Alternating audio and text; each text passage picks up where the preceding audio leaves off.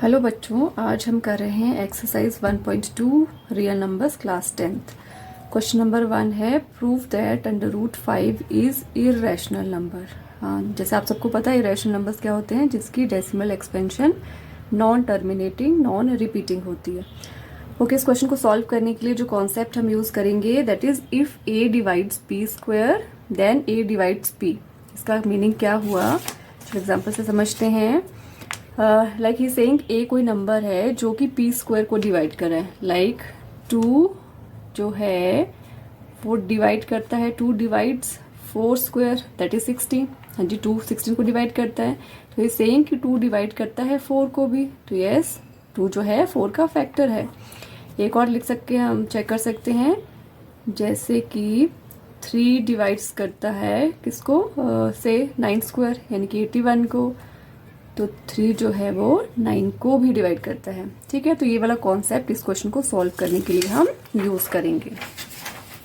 Okay, इसको solve करने के लिए हम जो मेथड यूज करेंगे वो है आपका कॉन्ट्राडिक्शन का मेथड। कॉन्ट्राडिक्शन मतलब जो दिया है उसका उल्टा हम अज्यूम करेंगे। यहाँ पे बोला है अंडर रूट 5 एक इरेशनल नंबर है, तो हम सबसे पहले ही अज्यूम कर लेंगे let under root 5 is a rational number.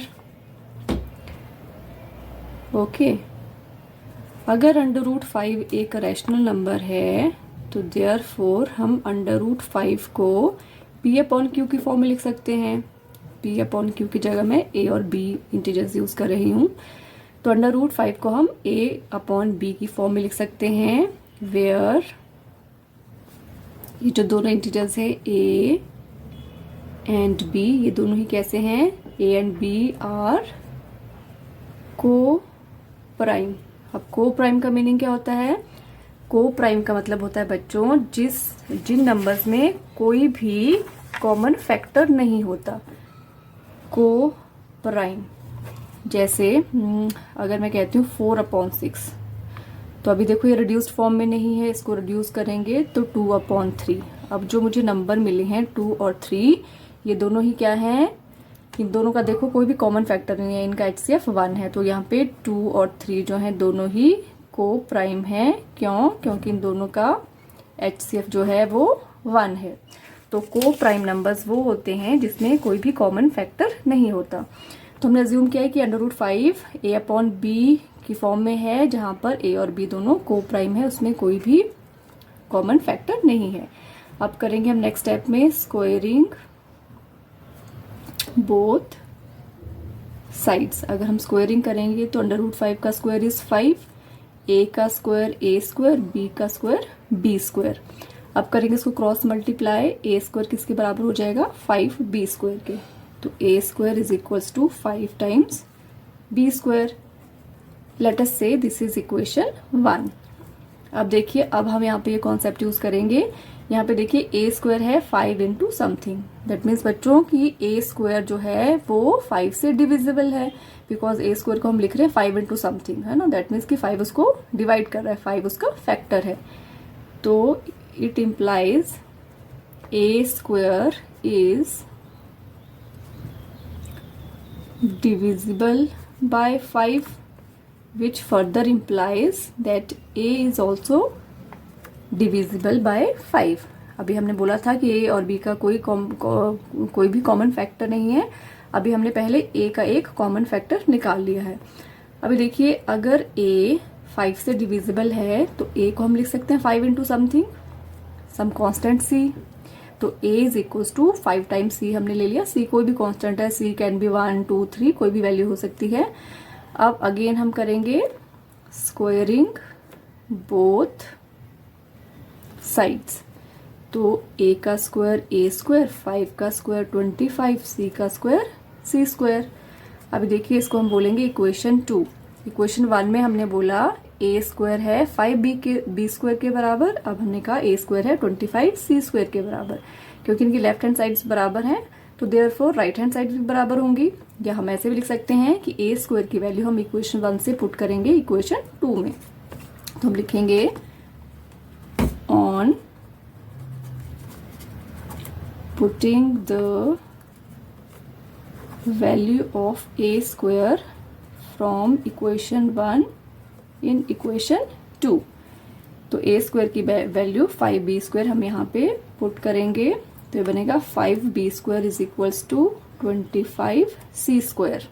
Reduce कर लेते हैं, 5 1 सा 5 5 सा, तो इक्वेशन बन जाती है हमारे पास b² is equals to 5 times c²।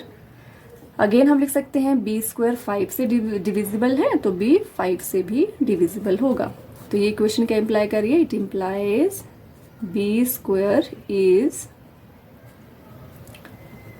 divisible by 5, which further implies b is also divisible by 5।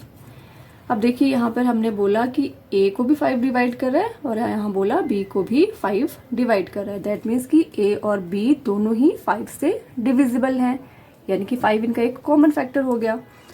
तो अब यहाँ पर हम लिखेंगे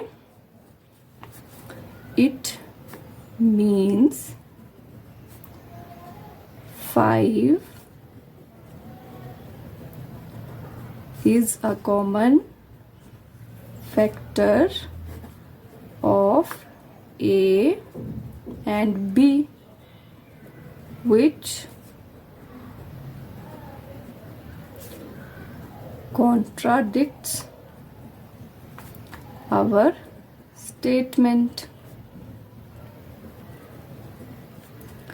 that A and B are co-prime। ठीक है, हमने अज्यूम किया था कि ए और बी को प्राइम है, लेकिन क्योंकि इनका कॉमन फैक्टर निकल गया है, दैट मीन्स कि हमारी स्टेटमेंट जो है वो गलत प्रूव हो गई है। तो ये सब किस लिए रॉन्ग प्रूव हुई, किस लिए कॉन्ट्रडिक्शन हुई, because of our wrong assumption. तो उसको हम लिख सकते हैं therefore our assumption that under root 5 is a rational number is wrong. Hence, under root 5 is an irrational number. ठीक है बच्चों, तो ये क्वेश्चन इंपॉर्टेंट है, इस टाइप के क्वेश्चंस आपको एग्जाम में आते हैं।